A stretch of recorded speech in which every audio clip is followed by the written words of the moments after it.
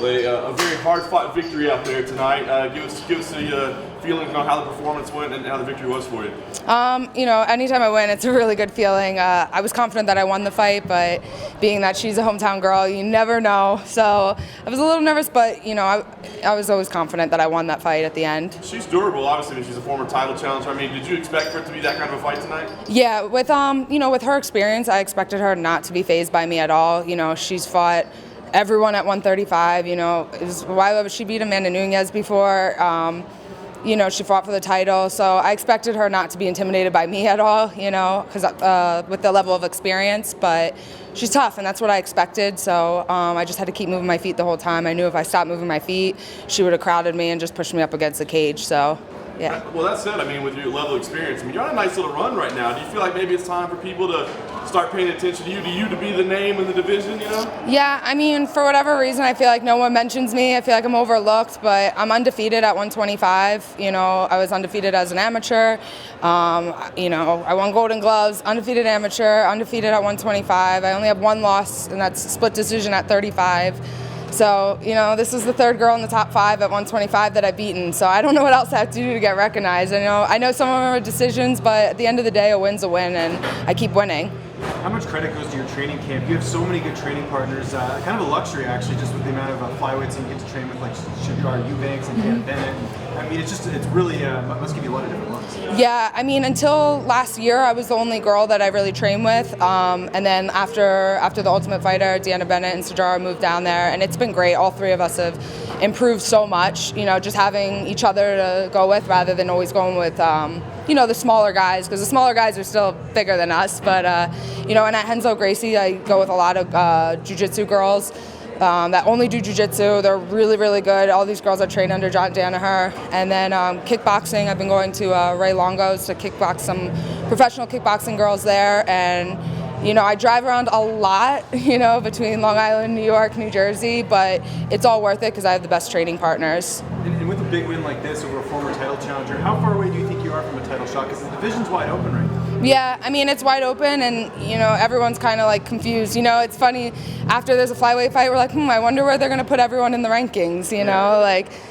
Someone lost. Like I said, there's 2 people above me that I've beaten before, and it's just all over the place. And in the beginning I was frustrated, but it's going to all pan out. I think when it's a new division, it just needs time. So I'm just going to keep beating whoever they give me, and until they can't say anything else. They have to notice me if I keep winning. Who do you think wins that fight between Valentina and Nicco? It's coming up here. You've got to be paying attention to it, just being in your division. Oh yeah, definitely. I think everyone knows Valentina is going to win, but I will say this: I think Nicco's very tough and very aggressive, and I think she does better when she's the underdog. I think people don't give her enough credit that she deserves, but Valentina's a huge step up for her with her level of experience. So obviously Valentina's proved her where she should be.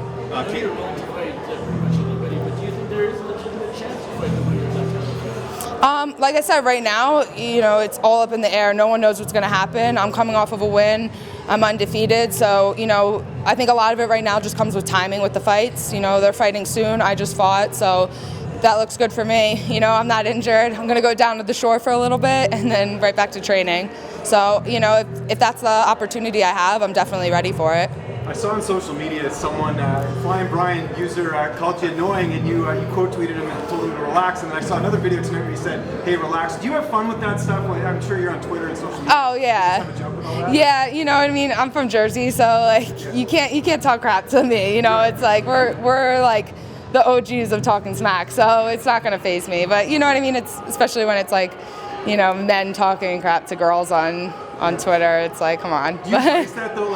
I love it. It's so fun. I think it's funny. Usually I don't always engage with it, but I was just some guy making fun of me. Your response was good. You gotta have fun with it. If the second you look otherwise. Yeah. It's just some nerd telling me, making fun of the noises I make when I fight. But we don't even know if he would make noises when he fights because he doesn't fight. So, but it's fun. I don't mind it. How are you celebrating today?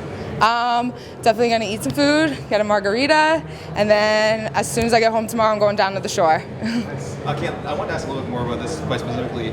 You're probably pretty well known for your volume striking. Mm-hmm. When you see someone like Alexis who's super tough, her face is completely bloody and she's still coming at you. Does that affect your strategy at all? And really, what's going through your mind when you have that visual like we see it on TV and it's pretty shocking, but you're right, literally 2 feet away. So how's that for you? Yeah, you know, a lot of times in some of my fights, they're like, oh, it was close, it was a close fight. But like, if you ever like look at my face and then my opponent's face, that obviously says something, because I'm not landing just one big power punch that cut the face up. You know, after the first 30 seconds, you know, when I saw her face getting bloodied up, you know, I'm like, okay, my shots are landing, and she's feeling them, whether she's acting like she does or not. She's definitely feeling them because I can see it on her face, and that just kind of gives me more of a target. You know, I love boxing. That's where I started competing in martial arts. I started competing in boxing. So, you know, I like just the stick and move, hit, volume, you know, hit and don't get hit. That's basically my game plan. What about as far as her grappling goes? She's known for being a great grappler, but you didn't seem to give her a lot of openings. What did you do to prevent her from you know, implementing that part of her game? Just movement. You know, to use your grappling, you got to get the takedown, and I knew she wasn't really a wrestler. So, you know, I was expecting her to try to shoot on me, and I was ready for that. And also, I was ready to go on the ground. I mean, I'm a brown belt, Renzo Gracie brown belt. I train under, like, Ricardo Almeida, John Danaher. I train there every day with, like, the best grapplers in the world. You know, that's probably something that she doesn't see very often. So, you know, black belt, you know, she's definitely a black belt, but I'm a really high-level brown belt. So, you know, we went to the ground for about 1 second. I almost got an arm bar. So I'm comfortable there.